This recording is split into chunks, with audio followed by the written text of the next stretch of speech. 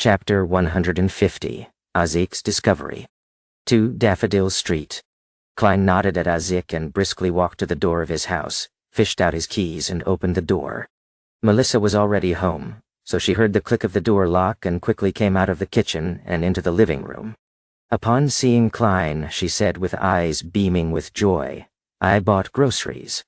There's chicken, potatoes, onions, fish, turnips, and peas. I even bought a small jar of honey. Nyamewang. Sis, are you also getting used to the occasional luxury?" Klein chuckled. "You'll have to prepare dinner tonight. Earl me out for I'll be out of town. I might not return until dawn. Yay, I'm doing a favor for Mr. Azik, a teacher from the Koi University's Department of History." And as he spoke, he turned sideways and pointed at the carriage that was waiting outside. Melissa's lips opened and closed twice, before she pursed them and said, "All right." Klein bade his sister farewell and left. He got into the rented carriage that Azik had hired and traveled 2 hours and 40 minutes to Lamud town. It was almost 9 at that point. The sky was dark, and they could only rely on the crimson moonlight and the twinkling starlight that penetrated the clouds to illuminate the areas without street lamps. After he instructed the driver to wait in town, Klein led Azik towards the ancient, abandoned castle. As they walked, he realized that Azik was walking faster, to the point of him having to break out into a small jog to keep up. In the end, it was Azik who led the way. Klein wanted to say something initially, but cleverly swallowed his words when he saw Azik's solemn expression and tightly pursed lips. With such speed, they quickly arrived at the ancient castle. The castle, which was almost a wreckage, extended itself in all 4 directions, while its spire looked desolate, wild, eerie, and dark. Azik looked at the ancient castle and slowed down his footsteps. He stopped there and his gaze looked profound but lost, as though he was hovering between dreams and reality. Suddenly, he groaned in pain, lifting his hand to pinch his forehead while his muscles looked distorted with agony. "Mr. Azik, are you okay?" Klein asked carefully as he activated his spirit vision. When they were on board the hired carriage, making their way from Daffodil Street to Lamud town, he had done a quick divination by flipping a coin to see if there would be any danger on their trip. But he believed that divination wasn't all-powerful, and he kept his guard up to prevent any misinterpretation on his part. Plus, Azik was quite mysterious. No one knew about his past, and it was uncertain how he would respond if he were to be stimulated by an encounter with his past. Caution and worry had accompanied Klein throughout the trip. Azik didn't reply immediately, but took another 2 steps forward with a pained expression. He relaxed the hand that was holding his forehead. He then pointed forward with a dreamy tone. "I've seen this ancient castle before in my dream. Back then, it was still complete with a robust outer wall and a high spire. I remember that there was a stable there, a water well there, and a barracks there. Over there was a garden that was used to plant potatoes and sweet potatoes. I remember there was a training field. My child, he was a boy. He was only about 7 or 8 years old, but he enjoyed running around while dragging a broadsword that was taller than him. He said that he wanted to become a knight when he grows up. My wife always complained about it being too gloomy in the castle. She liked the sunlight, the warmth. And Klein looked at the color of his energy field, and what the man said made his scalp tingle. He was also slightly touched, as though he was experiencing a paranormal story himself. The ancient castle is really related to Mr. Azik. Could he really be the first-generation Baron Lamud, a transcendental creature that has lived for 1400 years? Is he a human or an evil spirit? No way. There are no such things as evil spirits running around under broad daylight and getting involved with the Nighthawks. Klein couldn't help with his thoughts and allowed them to clash against each other to ignite more ideas. Just then, Azik stopped muttering and took huge strides through the main gate. He walked all the way into the castle without Klein's guidance. He found the hidden gear with obvious familiarity and opened the secret door to enter the basement. Gripping his cane tightly, Klein followed behind Azik. They walked down along the stairs and returned to the place where there was a coffin. Unlike the previous time, the coffin was closed, and the warm and pure feeling was gone. "The coffin is closed. It must have been Fry. It's his work ethic as a corpse collector. Klein nodded thoughtfully and watched the conflicted Azik walk in front of the coffin with his spirit vision. Azik extended his hands to push the coffin lid until there was a gap.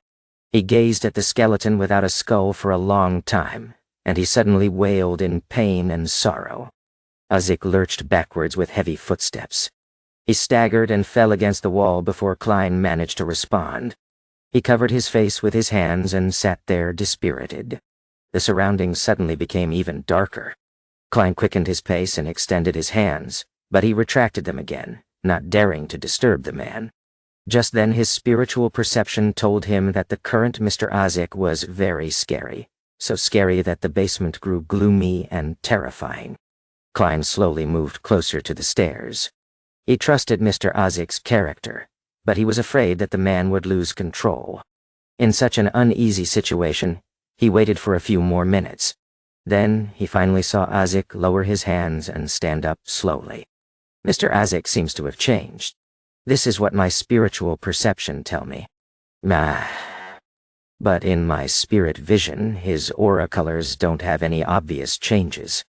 His emotions are in low spirits, depressed and pained as before. Klein made a quick judgment and felt that Azik had become gloomier and more imposing. I recalled something, but it's very minor. Azik spoke with an emotionless tone. Then he looked around and said, I sense the power that made your fate disharmonious. Klein was stunned. Pleasantly surprised, he asked in reply, Can you trace the source? The person behind the scene who stayed in the Red Chimney House created coincidences in secret and came to Lamud's ancient castle to take away the black armored knight's head. What is he trying to do? What is his true intention? It's been too long, but I'd like to try. There seemed to be a volcano that was close to erupting within Azik's deep voice. How? Klein asked curiously. Azik walked before the coffin and gazed upon the skeleton inside it. He took my child's skull. I want to find him through a blood connection. Oh.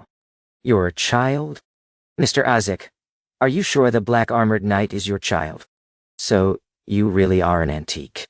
You really lost your memory after such a long time. This is the price you have to pay in order to obtain such longevity? Klein took a silent breath, feeling the odd sensation of interacting with a legendary creature. Then, Azik extended his right hand and suddenly cut his index finger with his thumbnail. A drop of fresh red blood accurately dripped onto the white skeleton. It quickly seeped into the skeleton, and the entire skeleton suddenly turned blood red. Wah! Wah!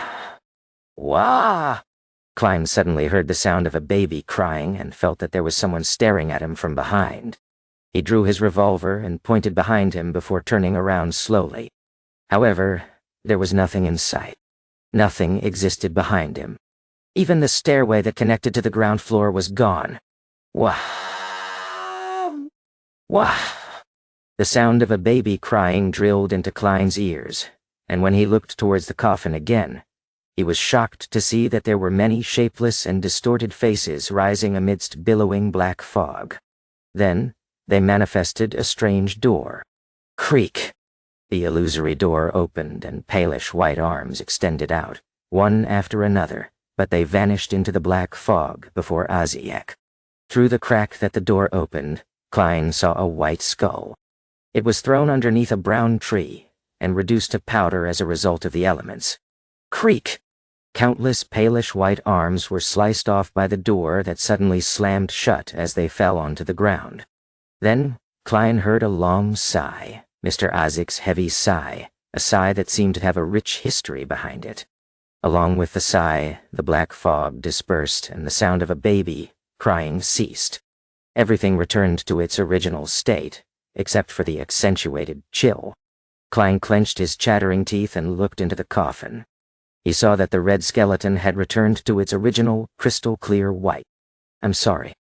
I couldn't find him, Azik said in a deep voice, his back to Klein. At the same time, he closed the coffin. It's not surprising that we couldn't find him. It would have been a surprise if we could, Klein comforted him. Anyway, I've been disappointed many times regarding this matter, he added in his head. Azik took another glance at the coffin before him. He turned around slowly and said, "I'll continue investigating, and I hope that I can have your assistance." "No problem. This is exactly what I wanted to do." "No. Wasao."